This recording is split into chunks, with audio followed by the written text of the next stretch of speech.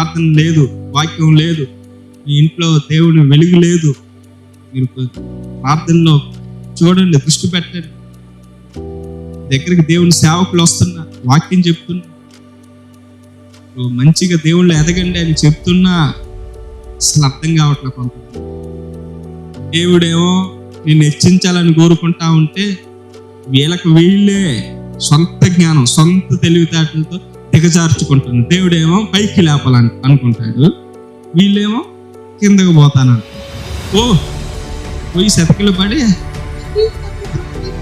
అని స్వరం అంతా పోయి ఎక్కడో లోయలో ఉన్నట్టు మాట్లాడతారు. కొంతమంది చాలా యాక్టివ్గా మాట్లాడే వాళ్ళు స్వరం చిన్నగా అయితే మాకు అనుమానం రాదా? ఏమైందమ్మా, ఏమైంది? ఇంకేముందా గారు, అంతా అయిపోయిందంట. ఎవరు చేసుకున్నారు ఇదంతా? నీకు నువ్వే చేసుకుంటున్నావు. ఆలకించండి, వివేకంగా ప్రవర్తించండి. దేవుడు హెచ్చించడానికి ఈ కడవరి దినాల్లో నీ మీద దేవుడు ఒక ప్రణాళిక కలిగి ఉన్నాడు.